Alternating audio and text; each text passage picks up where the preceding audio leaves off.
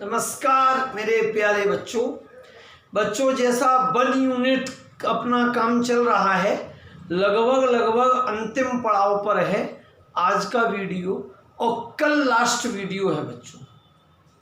1 unit complete हो जाएगी। आप इसके ऑब्जेक्टिव याद करें। 10 जुलाई को आपको कोचिंग पर आना है। 1 यूनिट के टेस्ट पेपर देंगे और 2 यूनिट के नोट्स देंगे। तो 10 जुलाई को शुक्रवार को समय बच्चों थोड़ा चेंज किया है, सुबह 7 बजे से सुबह 10 बजे तक कभी भी आ सकते हैं। 18 प्रश्न बच्चों हो गए। आप तो हमारे अनुसार चलो क्रम से। ठोसों का चुंबकीय गुण, विद्युतीय गुण जो बच्चों था, विद्युतीय गुण कल करा दिया था आप लोगों को। विद्युतीय गुण जो है वो हो गया। अब विद्युतीय गुण था सुचालक, कुचालक, अर्धचालक, समझ में आ गया होगा। ठोसों का चुंबकीय गुणधर्म क्या होता है? तो चुंबकीय गुणधर्म जो है वो चुंबकशीलता पर निर्भर करता है, चुंबकत्व पर आधारित होता है और चुंबकत्व के आधार पर पदार्थों को 5 वर्गों में बांटा गया। अनुचुंबकीय पदार्थ, प्रतिचुंबकीय पदार्थ, लौह चुंबकीय पदार्थ, प्रतिलौह चुंबकीय पदार्थ और 5वां फेरी चुंबकीय पदार्थ। बच्चों वैसे बड़े समुदाय तो 2 ही हैं, अनुचुंबकीय और प्रतिचुंबकीय। अनुचुंबकीय के ये 3 उपवर्ग हैं। अनुचुंबकीय को 3 उपवर्गों में बांटा, लौह चुंबकीय, प्रतिलौह चुंबकीय और फेरी चुंबकीय। तो अनुचुंबकीय पदार्थों में सबसे पहली बात, ऐसे पदार्थ जो चुंबकीय क्षेत्र द्वारा आकर्षण बल का अनुभव करें। ऐसे पदार्थ जो चुंबकीय क्षेत्र द्वारा आकर्षित होते हैं, चुंबकीय क्षेत्र द्वारा जो आकर्षण बल का अनुभव करते हैं, अनुचुंबकीय पदार्थ कहलाते हैं। अब इन पदार्थों की बाह्यतम कक्षा में अयुग्मित इलेक्ट्रॉन उपस्थित होते हैं। बच्चों क्या विराजमान होते हैं? अयुग्मित इलेक्ट्रॉन। 11th में भी पढ़ाया था। ये कक्षक हो गया। अगर अयुग्मित इलेक्ट्रॉन है तो किसी अन्य पदार्थ के परमाणुओं को आकर्षित कर पाएगा। तो पहली बात, ऐसे पदार्थ जो चुंबकीय क्षेत्र द्वारा आकर्षण बल का अनुभव करते हैं, अनुचुंबकीय पदार्थ कहलाते हैं। ओटी बनते हैं इसमें से, फिजिक्स में भी मिलेगा ये प्रश्न। इन पदार्थों में अयुग्मित इलेक्ट्रॉन उपस्थित रहते हैं। बच्चों 2 ही बातें मेन चीज, उदाहरण। पहला titanium oxide TiO, vanadium dioxide VO2 और क्यूप्रिक ऑक्साइड CuO। मतलब ऐसे यौगिक जो चुंबकीय क्षेत्र द्वारा आकर्षण बल का अनुभव कर रहे हैं और जिनकी बाह्यतम कक्षा में अयुग्मित इलेक्ट्रॉन हैं, वे अनुचुंबकीय पदार्थ कहलाते हैं। प्रतिचुंबकीय, ऐसे पदार्थ जो चुंबकीय क्षेत्र द्वारा आकर्षण की जगह प्रतिकर्षण, कौन से बल का अनुभव करेंगे? ऐसे पदार्थ जो चुंबकीय क्षेत्र द्वारा प्रतिकर्षण बल का अनुभव करते हैं, प्रतिचुंबकीय पदार्थ कहलाते हैं। इन पदार्थों की बाह्यतम कक्षा में अयुग्मित इलेक्ट्रॉन, युग्मित इलेक्ट्रॉन उपस्थित होते हैं। एक कक्षक हो गया, दोनों इलेक्ट्रॉन युग्मित है। बल कौन सा? प्रतिकर्षण। इलेक्ट्रॉन वितरण युग्मित। मेन चीज बच्चों एग्जाम्पल होती है titanium dioxide TiO2, sodium chloride NaCl और जिंक हो गया Zn। अब देखो बच्चों, लोह चुंबकीय सर्वाधिक चुंबकत्व होगा अधिकतम संख्या में अयुग्मित इलेक्ट्रॉन उपस्थित होंगे। अधिकतम संख्या में अयुग्मित इलेक्ट्रॉन उपस्थित होंगे। वे ठोस पदार्थ जो चुंबकीय क्षेत्र हटा देने पर भी चुंबकशीलता का गुण प्रदर्शित करते हैं लौह चुंबकीय पदार्थ कहलाते हैं। इन पदार्थों की बाह्यतम कोश में अत्यधिक संख्या में अयुग्मित इलेक्ट्रॉन होते हैं। Example iron, cobalt, nickel. बच्चों पेचकस देखा है, पेचकस के आगे जो धातु है वो निकेल होती है। बिजली का काम करने वाले मिस्त्री लगातार पेचकस से काम करते जाते हैं तो पेचकस में एक चुंबकत्व पैदा हो जाता है, पेचकस में एक चुंबकशीलता जन्म ले लेती है। कुछ दिनों बाद उन्हें छोटा मोटा बुल्ट उठाना होता है तो वो पेचकस से ही चिपका के ले आते हैं।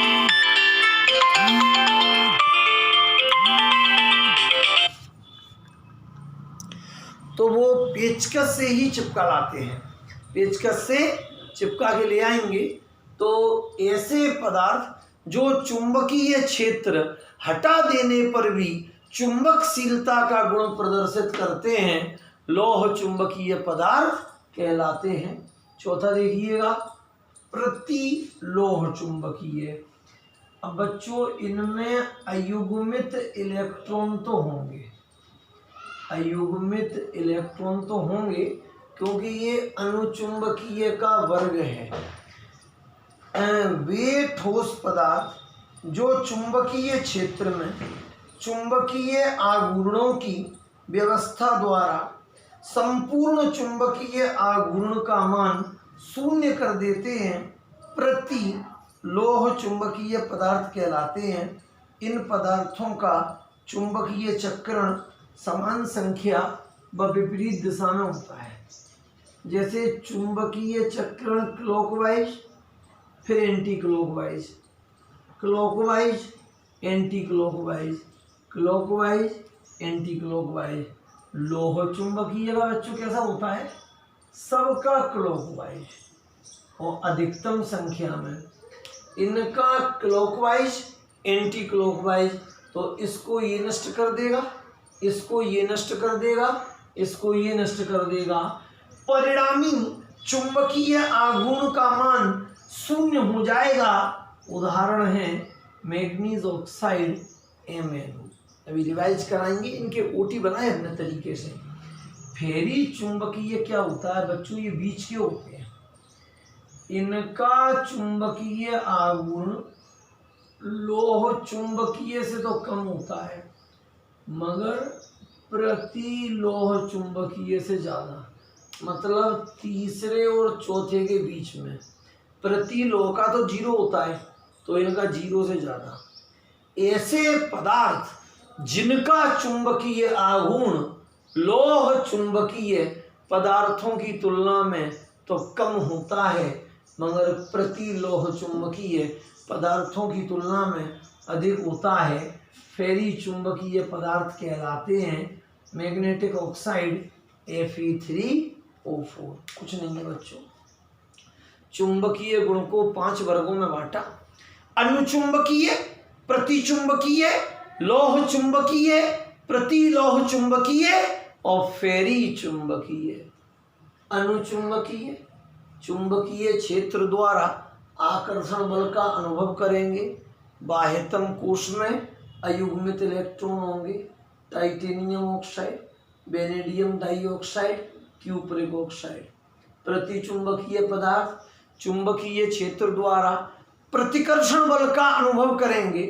बाह्यतम कोश में युग्मित इलेक्ट्रॉन होंगे। Titanium dioxide, sodium chloride, zinc.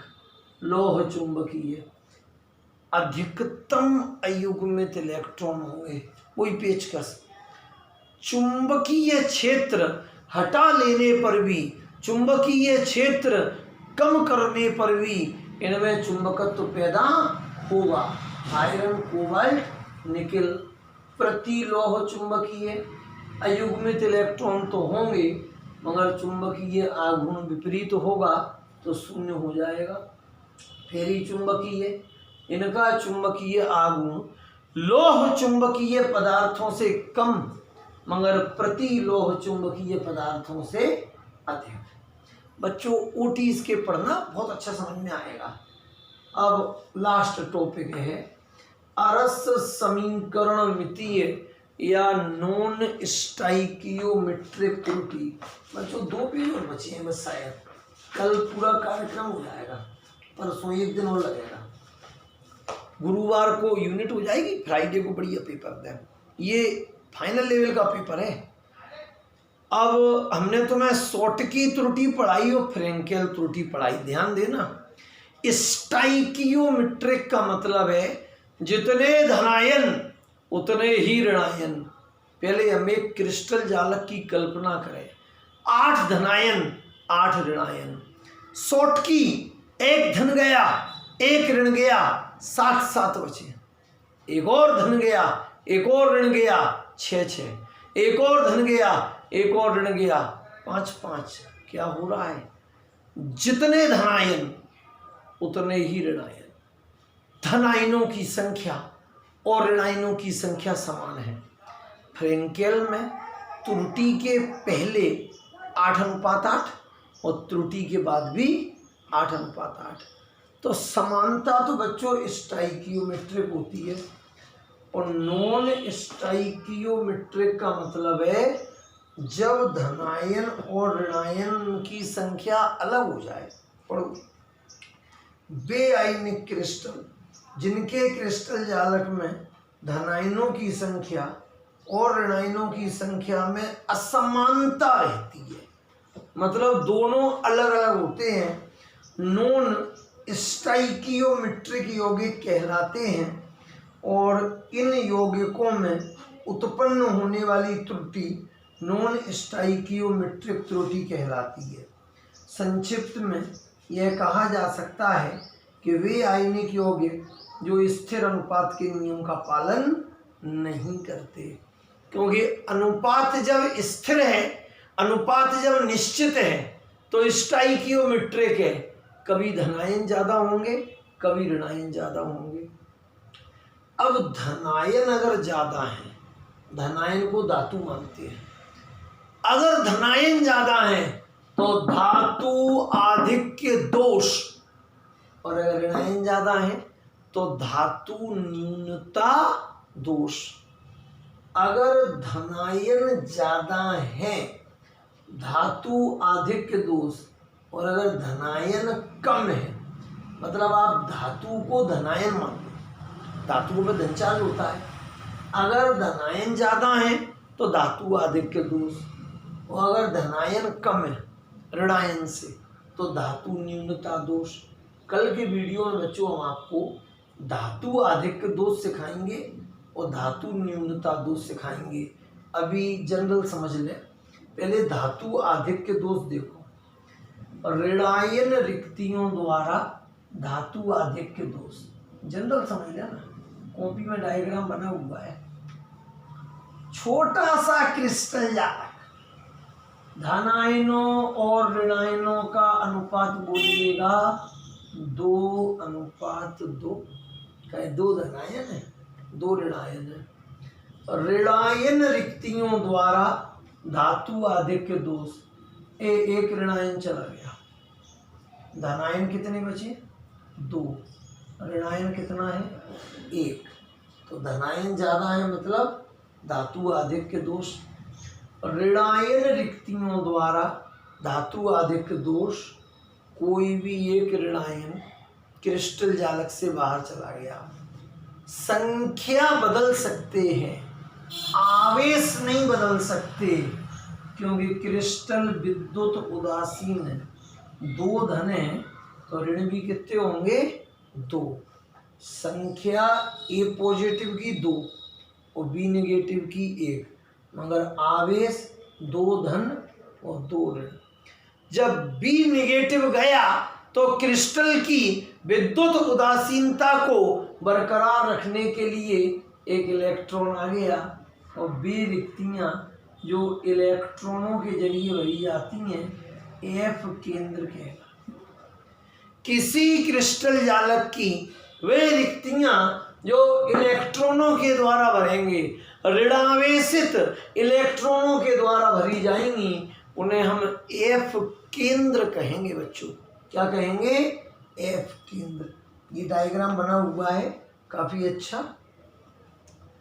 अब अंतराकाशीय स्थान में अतिरिक्त धनायन द्वारा धातु आधिक्य दोष, ये डायग्राम से समझ में आने वाली चीज है। A पॉजिटिव, B नेगेटिव और फिर B नेगेटिव और फिर A पॉजिटिव, ध्यान देना। अब पहले अनुपात क्या था? 2:2। अंतराकाशीय स्थान में कोई अतिरिक्त धनायन आ गया तो 3:2 हो गया। अब अंतराकाशीय स्थान में अतिरिक्त धन आया तो उदासीनता मेंटेन करने के लिए एक इलेक्ट्रॉन भी आ जाएगा, दिख रहा होगा। इधर धनायन बढ़ा, उदासीनता के लिए एक इलेक्ट्रॉन आया, आयन की संख्या तो बढ़ गई, आवेश बराबर है। इनको कल बच्चों और डिटेल में लेंगे क्योंकि आज ये प्रश्न थोड़ा बड़ा हो गया है, इसको पढ़ने की कोशिश करें। कल हम तुम्हें धातु आधिक्य दोष दोबारा कराएंगे, धातु न्यूनता दोष पढ़ाएंगे बच्चों, कल अशुद्धि दोष पढ़ाएंगे। कल 3 प्रश्न मिलेंगे और गुरुवार को आपको अर्धचालक पढ़ाएंगे, अंतराकाशीय रिक्तियाँ और बैंड सिद्धांत। बच्चों ओटी याद करते रहें और जल्द ही कोचिंग ओपन होगी और अपनी पढ़ाई पर बच्चों विशेष ध्यान दें, धीरे धीरे करके काम कवर करें। बहुत बहुत धन्यवाद मेरे प्यारे बच्चों।